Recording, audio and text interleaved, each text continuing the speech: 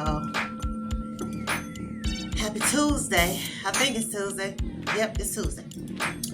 So I came here to deliver a timely message, of course, timeless message as well. To whom it may concern. So this energy's been lingering over me for the last couple of weeks or whatever. Y'all know I come here when I'm ready. When divine timing is everything. So what I kept hearing was, for those who are Bible readers and those who's not, Jeremiah 29, where, for those who's familiar with the account, Jeremiah was a prophet that was sent in commission to go and warn the Babylonians about their sodomy, all the stuff that they were doing. I mean, they were pretty much just doing whatever they wanted to do. They were very arrogant. They were narcissistic. They were self-centered, and they were a very mighty nation. They are one of the 7 wonders of the world. They were just like modern day America. So when you hear the term Babylon the Great, this is what that term means. It's talking about this current kingdom that we're under is a carbon copy of the story of ancient Babylon in the Bible. If you're not familiar with that account, you might want to go just read it and check it out. All right. So this was laid on me, I feel, because there are people who are message carriers, right? That's not always accepted for the messages that they're bringing. Sometimes you're not accepted because of the way that you're coming to them. Sometimes, I think I said this in another video, you don't know who the divine is going to send to you. Now here it is, this man was on a mission and being commissioned to go warn a whole mighty nation. All right, their national affairs, all of that, right? He was going to warn them to turn back from their ways, because if they did not read it, I think in the scripture it says that Jeremiah was sent to a crumbling nation. Now mind you, this was a mighty nation, so how were they crumbling? Because they were proud and arrogant and they didn't see their fall coming. That's how they were crumbling. But because this man was being sent to them to warn them, they decided to reject the warning. They beat him. Okay, they persecuted him, threw him in prison, damn near starved them to death, and did all those nasty, horrible things to them. They were so arrogant that while they were sitting up there partying and drinking and, doing their little hallelujah stuff, while they was doing all that, the Persians was creeping in on them to take down their nations. They didn't even have security on board like they were supposed to. They was too relaxed. You know what I'm saying? They were so powerful. They were a geopolitical power nation, just like today in America. Okay, so they weren't trying to hear what that man was talking about. So even today, with some of us may have been sent to warn certain people, certain groups, certain ethnicities, certain religions. A lot of us are out here sending messages, and a lot of y'all are being persecuted because of that. You got people that might be taking cheap shots at the things that you're talking about because it's not the norm of what they're comfortable with or the norm of how we've been indoctrinated with things. So they may reject you. As you know, they did the same thing to Jesus in the Bible. He was rejected by his own family members. A prophet is not accepted in his own home. But there's a lot of arrogance, especially concerning when it comes to religious beliefs. A lot of people, I'm not saying to knock nobody's religion, but from experience, when I was a part of Christianity, they wasn't trying to hear what nobody else's perspectives. They talked about everybody else's religion, said everybody else's religion was false, called anybody that wasn't a part of their organization worldly, and Satan had them and they were demonic, and we couldn't even associate with our own relatives if they were not a part of our religion. Okay, didn't say we couldn't, speak to them, but they were really encouraging the people of that religion, the Jehovah's Witness religion, not to deal with anybody, even at the workplace. You couldn't be friends. The only people they wanted you around was just Jehovah's Witnesses. Just Jehovah's Witnesses. That's a cult. That's a cult, and it's a highly controlled cult. For you to try to control every aspect of a person's life, that's not freedom. That's slavery. That's you want me to conform to your ideas. Okay, so you have plenty of groups and sects that's that way, and I feel that this was brought to me because the work that I do, the work that some of us do, they call us light workers. I don't give myself a title or a name when it comes down to what I do. I just feel like I'm being used by the divine to go wherever I'm being led to go to do what I'm supposed to do. If I'm rejected in those areas, that's not my problem. That's not my fault. I don't lose no sleep about it.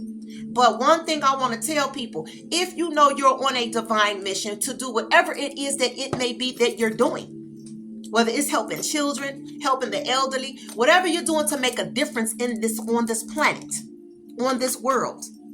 It don't have to be what the next person is doing. I heard somebody say everybody can do this. Everybody got that gift. No, everybody don't. Everybody has a voice, but everybody's not a singer. You understand what I'm saying? Everybody has a mind, but everybody is not an artist. Everybody don't draw. You feel me? So people have their own specific things that they do, and they have other people who are allikes to them that do that. There's a group of people who can draw. There's a group of people that can sing. There's a group of people that's meant to be public speakers. Everybody ain't meant to stand up in front of the public and speak. That's not everybody's position. That's not everybody's commission. That's not everybody's purpose. But everybody do have their own specific gifts, their own specific purpose. Why do people feel the need to jab at other people's gifts? To me, that's hateration. That's how I look at it. It's hateration. And if you're in the midst of people that's taking jabs at your specific gift, whether it's a spiritual gift, whether it's a tangible gift, whatever it is, then you need to get the hell out away from that. Those people, they don't respect who you are. They don't respect what you do. They don't respect your purpose. Those are people that will never want to see you expand yourself. Those are people that will never want to see you at your best self, at your highest height of creativity, at your highest height of success. These are people that's going to do everything they can to keep you shadow banned, to try to discourage you, to try to bring you down from the confidence that you built up in yourself. And you got to stay away from people who don't like the truth that you speak. They want to cause confusion because they don't agree with something that you're saying. And you got to stay away from people pleasers. Nine of Swords, Nine of Wands. Stay away from people pleasers. Because one thing about people pleasers is I would have to question your dignity. If you can't please, because we all know you can't please everybody. Because what that does is it brings about a lot of inner conflict, which is something that Jeremiah ended up dealing with. Because he said that he was never going to speak the words the spirit, the divine had given him. He wasn't going to do it no more. He was tired of the persecution. He was tired of, getting dissed. He was tired, of getting left out and kicked up. He was tired of getting beat up on and abused simply because he was coming to give a message of truth and clarity that people did not want to be exposed. I mean, most people don't want to hear the truth when they live in a lie. You understand what I'm saying? And if you got to walk around people pleasing, wearing a mask for a position or a title, then I would have to say that you're definitely living a lie. That you're definitely not a complete person within yourself. I don't see why somebody's purpose would have to make them mask who they truly are. That's not, no. Yes, you have to have discretion. Discretion is one thing. But masking your true self, you living a whole lie. And I don't feel like the divine will send anybody on a purpose to live a lie, to live a lie within themselves. So I'm going to do a pull on that energy, all right? I'm going to do a pull on that energy because although Jeremiah wanted to quit and give up, and he didn't want to speak whatever he was being told to speak on. You got cosmic justice right here. And then, woo, come on, speak to me, ancestors. You got cosmic justice and you got star seed right here. The Syrian star. So a lot of y'all are part of the 7 stars. In the Bible, it talks about the 7 lampshades. Some of y'all are a part of that light. Them 7 stars that's out here on the 4 corners of the earth bringing this truth. And the divine is telling you, you're not going to stop doing anything. You're not going to get discouraged. You're not going to worry about being rejected. You're not going to worry about it. It comes with the territory. In the Bible, Jeremiah was admonished not to get married and take on a wife because of the hardships that being out here on a divine mission comes with. Nobody is changed and evolving has become a crippling thing in the times that we're living in because of the way we've been so magnetically wired, shaped, and formed to see things and perceive things energetically, spiritually, mentally, logically. Most of us don't even see things in a logical sense. We only go with what makes sense at that time or what feels right to us in that moment. But we don't think about how all of the things, we don't see the bigger picture, how all of the things that we do in that moment may affect the grand scheme of things. We're not taught to have those critical thinking skills. So a lot of times, a lot of us are still struggling with which way should I go? Which way should I do? How should I handle this? You understand what I'm saying? So in other words, Jeremiah, even though wanted to give up his position and going out here being commissioned by the divine to speak truth, he said that my words proved to be like a burning fire shut up in my bones. And I couldn't hold it in no more. You see what I'm saying? So when you have a strong desire and a passion to get out here and speak these truths that the divine is giving you, regardless of whether it's coming to you through a dream, whether it's coming to you spiritually in a tangible sense, whether it's coming to you, however your message is coming to you. If you are being commissioned and that desire is in you and you're passionate about it, you will not be able to stop. It just is what it is. Whatever the divine has put people in place to do, there's not a single solitary soul on this planet that can stop that. And they've tried it. But guess what? When you try to take one down, another one gonna rise. Because you cannot kill what the divine has planted on this soil. You can't kill it. Some people were born for this mission. Everybody was not born for the same mission. They just wasn't. They just weren't. So the persecution and the hardships that comes along with being a divine messenger, whether you do what I do, whether you do it in a different way, form, or fashion, whether you're helping people that are recovering addicts, whatever it is that you do that are changing lives, that is a divine mission and a divine purpose. It don't have to be religious. It don't have to be biblical. It don't have to be none of that. If what you do is transforming lives and healing people, then you are indeed a divine messenger. And there are people that are going to attack you. There are people that's going to attack your gift. They're going to try to make you feel like your gift is minuscule. There are going to be people that are going to be jealous of your gift. There are going to be people that's going to be envious of your gift. There are people that are going to want to call themselves trying to humble you because of your gift. But the thing is, when a person knows who they are, that's the beauty. Because that's a gift within itself, knowing who you are. You can't be sold, bought, burned, or trashed over $1, over a quarter, over a nickel. It's not going to happen over a position or a title. People like me don't care about titles and positions. There are people who will sell themselves short to hold on to a title or a position or to some sort of accolades or some sort of glory or praise. See, but when you sent on a divine mission, you don't worry about that because you know that there's going to be people that are going to get irritated at the light that you bring because they themselves are walking around in darkness and they like it. They themselves are walking around holding and just waiting on their impeding demise. But they're in arrogance. They're in pride. So they don't see their demise. And when the divine sends you somebody to stop you from your crumbling fall, and you decide to reject that, we did our job. We did our job.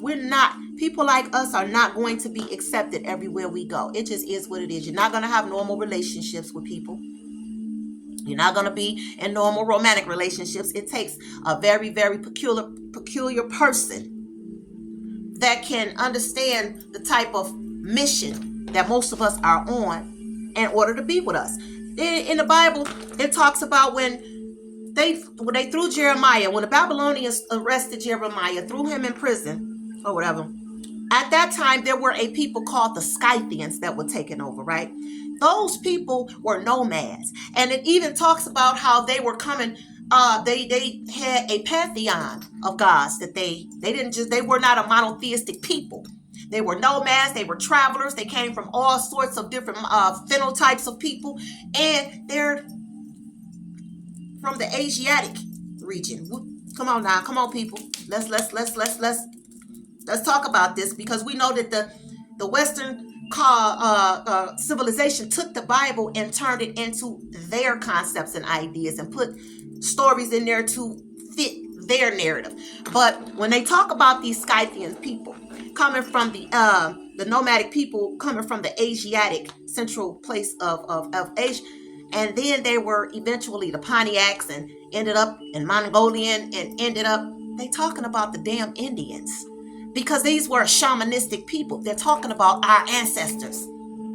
These are things that, see, they didn't talk a lot about the Scythians. Now, even today in tarot, when you look at in Oracle, the Scythe, they talk about the Scythe. Because you know, our people was known for scalping. They were scalp people when you came for them. And they had a lot of reverence to animals. And the animals, they revered the animals, because they saw God in that. They're talking about us, the nomads, because we were nomads all over the place. We were everywhere. They're talking about our people. We revered animals, the animal kingdom. We revered that. We weren't never a monotheistic people. We revered everything that we saw God in, including ourselves. That's why we were a shamanistic people. This is why we had skulls and all of that. Now, on modern day, the Scythe, when you look at energies like this and you find the Scythe, that's talking about being in connection to the underworld. That's called power. Power and reverence is what the Scythe represents. It represents the esoteric wisdom upon the underworld, the connection between life and death and rebirth and resurrection. So we understood those things. We were a spiritual people, but they called us uncivilized people, and they called us savages. They called us barbarian people, which after a while, those people did adapt to our way. That's why they demonized it and took it from us. So I came here to basically draw some energy and to let people know, here you have rest and endings. So there's not going to be a specific place that you may end up settling in. Some of y'all are going to be nomadic spiritual messengers, because you never know what a mission the divine is going to send you on. If you are not received where you go for a message to deliver warnings and people don't want to hear you because they laughing at your gift, or they taking cheap shots at you in public places, saying negative things to please everybody else, shake the dust off your feet and keep it moving and go to your next mission. The mission don't end because these people didn't want to receive you or accept you. Your mission don't end there. Give me clarity. You have the Two of Cups. So there are a lot of people who do see you and support what y'all are out here doing. The messages even that the Facebook people are doing. All right. Some of y'all getting tired of people trying to attack y'all, of trying to shut y'all down. So a lot of times what y'all do is y'all block y'all energy from other people. And you do have to protect your energy when you are on any type of divine mission in life. Whether it's just you creating an estate for your family, a dynasty for your family, that's a divine mission too, because you're leaving behind wealth for your family. So all of that is a divine mission. All right. You have the Six of Cups and the King of Cups. So I feel like a lot of y'all are on a mission to change the dynamics of your family and your generation, and you're helping other people as well. Look at that. Two of Wands. You're helping other people as well, giving them another perspective, giving them another way of seeing things so that they can plan for the future for their children as well. Because our generation failed us, not purposely or intentionally. They didn't know no better. But see, now we do. And the divine is sending people like us on this mission to warn people before this impending fall of this nation does come. Whether they are religious, in religious institutions, they don't have to listen to nothing that we say, because in the end, they too shall soon see. That we ain't out here rubbing our feet together like crickets. We ain't out here scheming. And we ain't out here trying to, take people's money. There are genuine people that are on this mission that really have a divine message from the divine themselves. But if you so full of pumped up with pride and arrogance and people pleasing and caught up in titles and fame and glory, how you going to know that? See, that's the same mistake that the king of Babylon made the night they were conquered, when the Persians was able to creep up in there and take them down. See, but they all up in there, he drunk, belly hanging all over his cape. You know what I'm saying? Guards outside falling asleep because they've been drinking wine, partying, and they ended up getting conquered because they thought they were so high and mighty that nobody was going to touch them. But the divine had other plans. Why? Because they did not listen to that divine message. But they would not have been able to receive the divine message if Jeremiah would have stopped doing what it was that he was doing. Here it is. You have people right here. You have the devil, the 10 of Pentacles, and the 2 of Cups. You have people that might be sitting dead in your face that has all type of negative things to say about what you're doing. Some of y'all spouses. Some of these are romantic relationships that y'all are in. Friendships, fake friendships. Some of y'all sleeping with the damn enemy, and I just keep coming to me about this sleeping with the enemy thing. Some of y'all biggest snakes and haters are the people that you sleeping with every night. Your homegirl, your homeboy, that's he and ha in your face. Somebody in your people that you calling family, people that's close to you. All right, but the divine is here to warn you. This gonna get ready to be a lot of betrayal going on with people who are on a divine mission, especially those who are refusing out of their own stubbornness to change and open up and compromise and move into another direction, because some of y'all are getting messages because it's time for you to open up and go in another direction with whatever the divine is having you to do. Some of y'all are in outdated places trying to still deliver messages, and it's the same message over and over again. It's redundant because it's not growing, it's not doing anything. It's stagnant information, stagnant energy. That's all it is. A bunch of emotional hype. Nobody needs emotional hype. People need stuff that's going to feed their soul, that's going to give them the power and the energy to actually make the transformation that needs to be made. Give me the clarity for the 9 of Swords, and I'm out of here. So don't stop doing what y'all doing. Even the people on Facebook that's sharing messages. Facebook want to block y'all stuff. Don't stop doing what you're doing, because you're not going to be able to fight the feeling, baby.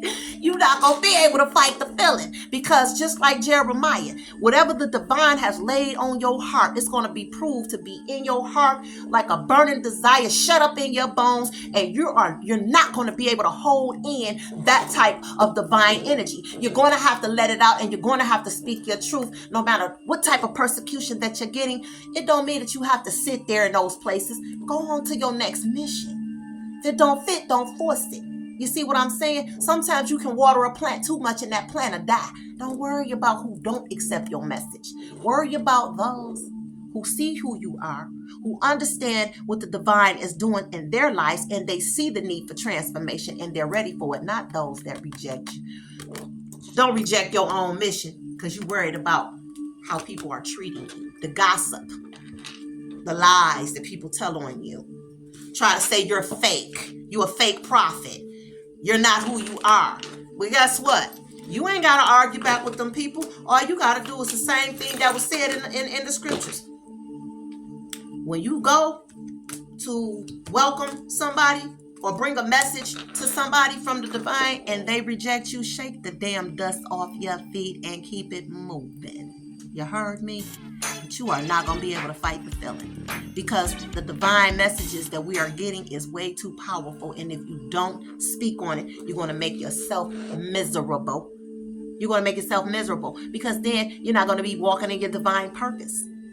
Get up and do what it is that you know you're supposed to do. Do what the divine is telling you and calling you to do. If it's shut up in your bones and it's causing you that much grief because you're not doing what you're supposed to do, make the decision. Stop being stubborn. Get up and do it. Don't worry about the haters, baby, because this type of work, it creates haters. It creates haters, because unfortunately, everybody was not born for this mission, but there are those that are. And if you know for a fact that you don't have to question what you do, Don't let nobody else make you question or discourage you from what you do. Just understand, people gonna hate you sometimes because they ain't you. And that's just the bottom damn line. If they haven't found their purpose, that's not your problem. That sounds like a them problem to me. So let them gossip.